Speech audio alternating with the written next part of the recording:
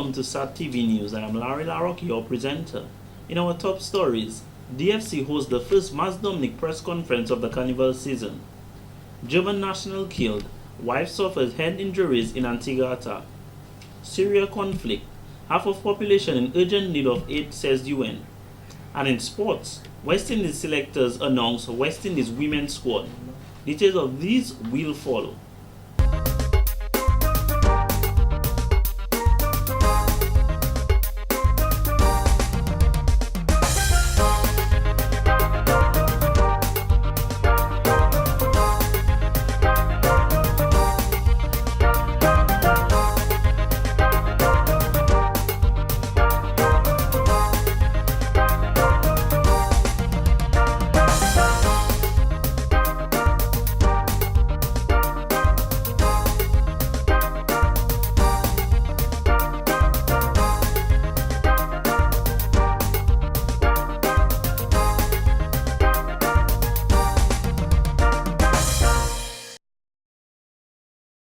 Welcome back. His Excellency Charles Savre, President of Dominica, has written to Archbishop Kelvin Felix on his appointment by Pope Francis as Cardinal of the Roman Catholic Church. President Savre noted, being the first Cardinal to be appointed from within the ranks of the Antilles Episcopal Conference will surely serve as an inspiration and motivate the clergy in our region, led by the bishops and archbishops, to work even harder in caring for the flock of Jesus Christ. Meanwhile, Prime Minister Honorable Roosevelt Skerrit said, the appointment of Archbishop Felix as Cardinal is an inspiration for Dominicans. He added, as Dominicans, it is also a very important reference point that someone who could come from a very small village in Dominica has been able, through his own scholarly work, his own dedication to hard work, his commitment to his job, and his faith, be promoted within the framework of the Catholic Church. Archbishop Felix will be ordinated as a cardinal at a ceremony in Rome on February 22, 2014. His Excellency Dr. Nicholas Liverpool, former President of Dominica, will represent the government of Dominica at the ceremony. In more news, agriculture, an industry that has contributed significantly to Dominica's economic development since its independence, was the talk of the day when the Ministry of Agriculture and Forestry hosted a national consultation geared at public publicity towards agriculture. The consultation, which took place on Tuesday, January 14th at the Garroy Hotel, brought together some of the key players in agriculture from across the region, including economists from collaborating agencies. Permanent Secretary in the Ministry of Agriculture and Forestry, Dr. Eisenhower Douglas, believes we need to start at the farms, where the process of production begins, to increase productivity. We actually have already outlined, the table of contents of that particular policy, and really at the heart of it really is boosting farm output and yields. And one always have to remember that, notwithstanding the role that we play in the Ministry of Agriculture, the director, myself, all the senior officials in the Ministry of Agriculture, that at the end of the day, it's the farmers that actually engage in production. Programs such as the Banana Company Measures BAM, a package of investments which addresses various challenges in the agricultural sector, was implemented as a means to further the sector.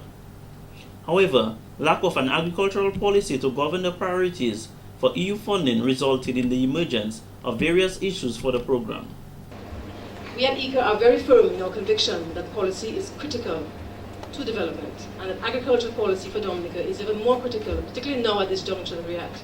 And I say national policy because agriculture cannot just be based on a sectoral policy. The sector is part of the economy and everything is intertwined, and therefore we need to have a national policy for agriculture that is shared by all the stakeholders, not just in agriculture, but everybody else in Dominica. Because approval of the policy will aid in the maximization of the agricultural sector in terms of output, competitiveness, foreign exchange earnings, and income. I think this policy, I'm convinced, and I know I've been involved in it for some time, is looking towards launching a new agriculture that is positive and robust. We would well appreciate that there's a lot of challenges, and like Ms. Francis said, not that we are dwelling on them, but we have to be mindful that they exist, the constraints, the challenges. There are many, but when challenges exist and there are many, the opportunities are also great. Mr. Bruman says implementing the policy has not been an easy task, mainly branching from public misconception. Meanwhile, the government of Dominica, in its quest to aid in the development of agriculture in Dominica, is continuing its work with the Growth and Social Protection Strategy, GSPS. In more stories, Acting Prime Minister Honorable Reginald Oshry says the government is working on the final designs for the state-of-the-art hospital for Dominica. He said when this is completed, Dominicans will be informed on the next phase of the process in moving forward. Mr. Oshry noted, at this point, a contract for the construction of the hospital has not been identified. We have two sites, two possible sites. We have the existing Princess Margaret site, and there has been calls in various quarters to look at the Warner site. I know that the land space is sufficient at Warner. There are some challenges with the Princess Margaret site. There is land space at Warner. So physically, the new hospital can go to Warner, but there are other issues that has to be considered in terms of constructing a hospital. And we're still trying to get professional advice to see whether all the attributes of Warner would lend itself to the construction of a modern hospital. So the jury is still out on that. Some of the issues identified include water supply, access and temperature. However, the minister was unable to venture further into detail. A date of construction, neither time frame for its completion, was not mentioned, as Mr. Oshry noted at this point he does not have such information. Prime Minister Honorable Roosevelt Skerrit previously stated that Warner should be considered as a possible location for the construction of the new state-of-the-art hospital, which will be funded by the Chinese government. He also proposed that the Princess Margaret Hospital be transformed into a Type 3 hospital that will cater for the health needs of citizens from Roseau and environs.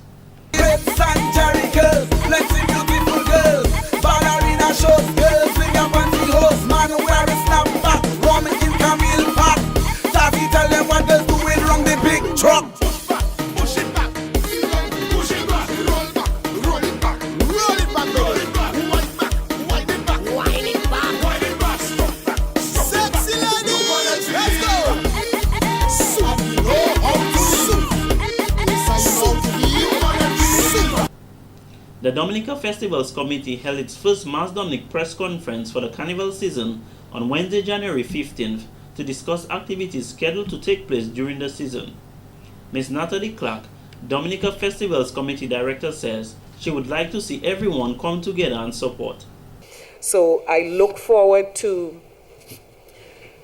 really seeing us come together as one big happy family on the island in the Commonwealth of Dominica. That's what Carnival is all about.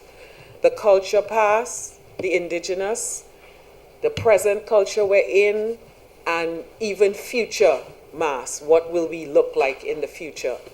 We want everyone to support us. The committee, whose main purpose is to develop and stage national festivals, will operate under the theme Nukonet V, for which they have launched an official song featuring Ra of the original WCK band, Nai, Asa Bantan, and members of the Triple K band. There's already so much going on that I really look forward to us continuing that fantastic partnership, because culture and Carnival is about all of us together, making that one strong link chain that is just not going to bust anytime soon, but it's just going to keep moving forward, shining, and being a great team effort to pull off the best carnival ever. Mrs. Nikki Maroye John Baptist, head of marketing at the Discover Dominica Authority, says the overall aim is to ensure that Mass Dominic has a strong brand and image so that it would be able to stand alone. And we started off with the rebranding, the upgrading of the Carnival brand, which was so important because Carnival is one of the key events in Dominica, and it is important for it to be branded as such so that it has a strong brand, a strong image that can stand alone as well as in conjunction with everything else we do in Dominica. And under our buckets, so to say, of what we promote, nature, culture, and adventure, Carnival fits quite squarely into the cultural aspect of it. The new brand introduces the sensei as the mascot, among other aspects. Mrs. Roy John Baptist advised persons who would like their events placed on the official Carnival calendar of events or posters and flyers should submit their entries before January 22nd, 2014. Any new material sent in after this date will be published on social media or online. The platform that we're going to be utilizing to push out is going to be primarily social media. We have our own social media channels, including Facebook, Twitter, and YouTube, Dominica Fests. And this is unique and different because what is happening is that we are merging all the festivals within Dominica onto one social media platform. By using hashtags including Dominica, Mas Dominic, or Dominica Carnival, persons can win tickets to events and shows and other gifts and prizes throughout the Carnival season by visiting these sites. In more news, 7 young ladies from primary schools across the island will contest the 2014 Carnival Princess Show. The show is organized annually by the Rotary Club of Roseau and is scheduled for the 16th of February 2014 at the Harlem Plaza from 3 p.m. One young lady will be crowned Princess 2014 by the reigning Carnival Princess 2013, Miss Cherise Linton of the Pioneer Preparatory School. The contestants include Alyssa Leta representing the Convent Preparatory School, China Tuluch representing Cassie Bruce Primary, and Kitana Joseph representing the St. Martin Primary School. Other contestants are Nikisha Luke representing the Campbell Primary School, Tikia Allen representing the Pioneer Preparatory School, Tia Tuse from the Sansobe Primary School, and Tisha Curol from the Benz Primary School. The girls will make their first formal appearance when they are presented at the official launching of the show on Thursday, 16 January 2014 at the Dominica Calypso Association House in Bath Estate from 5 p.m. In other stories, the war on drugs is one that will continue to be fought for a long time, according to Assistant Superintendent of Police Claude Wicks. He noted in recent times, the police have been having a number of successes in combating illicit drugs, including crack, cocaine, and marijuana, but there is still evidence of the proliferation of drugs activities.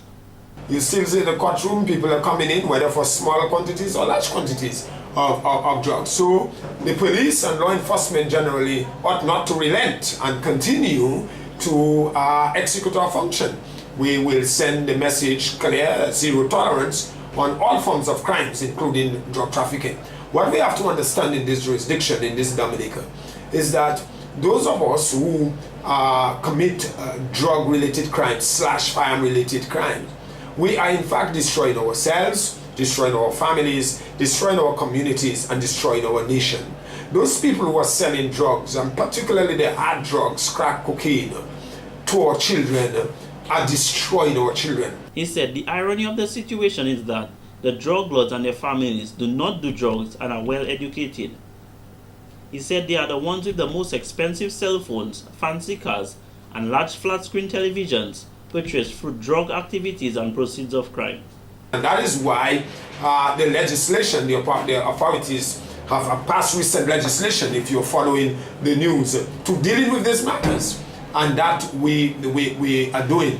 But I'm concerned about our young people who are quite indeed exposed and susceptible, vulnerable to drugs and to taking in drugs, where people are selling the drugs to the, so you see when that is done, you see the dysfunctional families, you see lack of productivity, you see the school career of the children are destroyed, or their educational pursuits are stultified. You see low self-esteem. You see families and communities are destroyed as a result. People are labeled and stigmatized. So at the end of the day, you're having a chaotic family. You have people who become nervous wreck. You have people who will become permanent fixtures at the state penitentiary, namely stock farmer. These situations all aid in the lack of productivity in the country. ASP Week says, when you destroy the youth by selling drugs, you become an enemy of the state.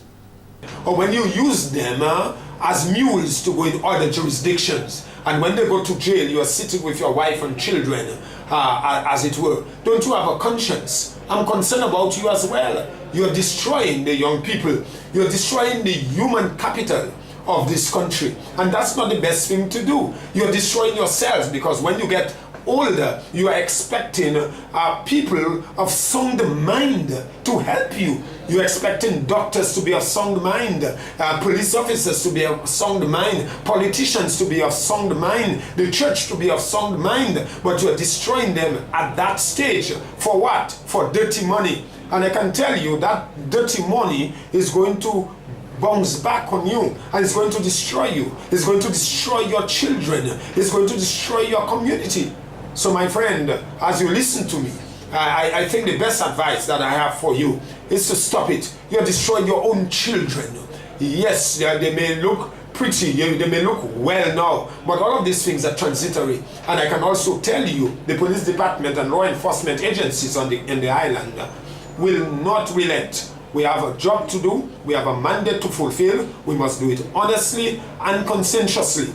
He added, the police will continue to work ceaselessly to ensure law and order is maintained in Dominica.